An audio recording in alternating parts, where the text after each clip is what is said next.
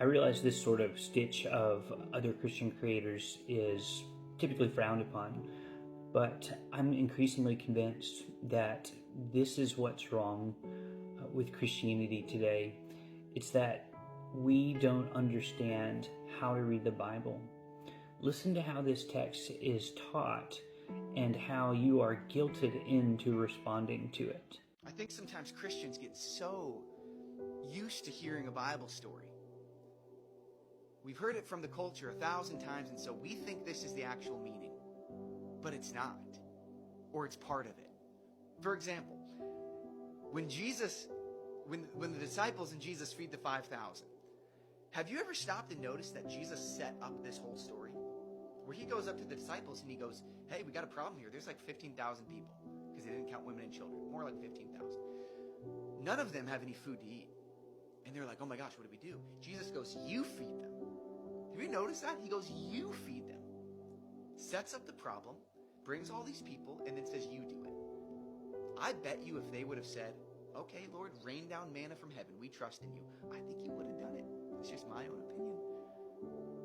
But I think sometimes we wait on the Lord to move in the problems in our world. And the whole time he's saying, you feed them. You do it. So I want to give you an opportunity to feed them. I've got a link in my bio for Compassion International to feed starving children. Look at how he applies the passage. He makes the passage about you, and he says the point of this passage is that you need to go and feed the crowds, and then he tells you what to do. And the problem is, this text isn't about you going and feeding people. It's about how someone has come to feed you. The feeding of the 5,000 is introduced in the book of Mark, side by side with a picture of King Herod.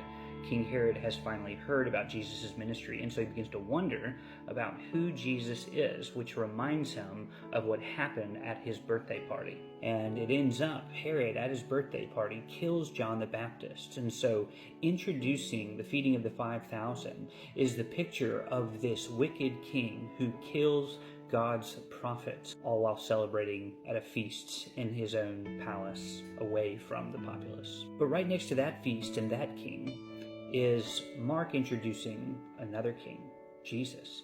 And Jesus, in the shadow of Herod's palace, is now leading the apostles, the 12, in the book of Mark, away from Herod's palace into a desolate place. It's mentioned 3 times in the story.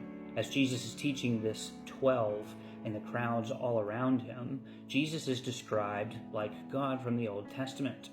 He is described as one who had compassion on them. And he looks upon the crowds because they are like sheep without a shepherd. This was Moses' burden at the end of Deuteronomy. When Jesus goes and challenges his apostles to feed the crowds, the point is not that they were the ones who should have done the feeding. They were the ones who should have been calling on Jesus to do the feeding. That's the correction that Mark chapter 8 gives before Peter finally realizes, oh, this is the Messiah, because the bread is about Jesus' identity as introduced by Herod's question. So who is with them?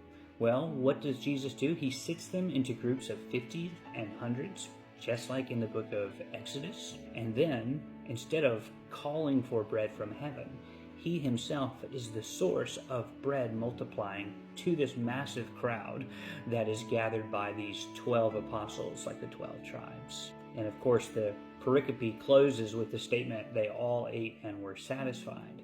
And the point is not, you go and feed the crowds. The point is, God has come in Jesus to feed the earth. He himself is the bread from heaven. He is God with his people who has compassion for you. You can turn from your sin and you can look to God because his Messiah has come. It's not about you going and feeding people. It's about who has come for you. So the story isn't Jesus told the disciples to feed the crowds, you go feed them. It's Christ has come to feed you. And from the fullness of knowing him, then you'll desire to walk in love and compassion and forgiveness and generosity.